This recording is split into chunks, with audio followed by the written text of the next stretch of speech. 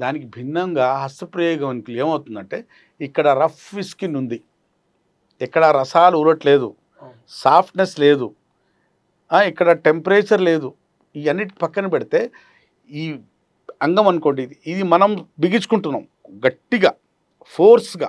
ఇలా బాగా కొట్టినప్పుడు అంగం ఆకారం చాలా సెన్సిటివ్గా ఉంటుంది. ఇక్కడున్న ఆకారం లోపడున్న ఆర్టరీస్, రక్తనాళాలు, నరాలు, అక్కడున్న ఎండోథీలియల్ సెల్స్ ఉంటాయి.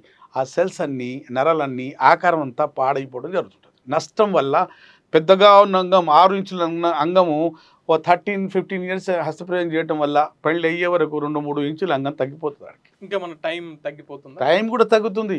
ఇక్కడ అంగం ఆకారం పెద్దగా ఉంది, చిన్నగా అయిపోయిందా, కుచించుకుపోయినాయా లోపల రక్తనాళాలు, అలాగే కండరాలు, అలాగే దాంట్లో ఉన్న ఎండోథీలియల్ టిష్యూస్, అవన్నీ హస్తప్రయోగం వల్ల పెళ్లి కాకముందు 10-15 సంవత్సరాల వరకు వీడు చేస్తూనే ఉంటాడు.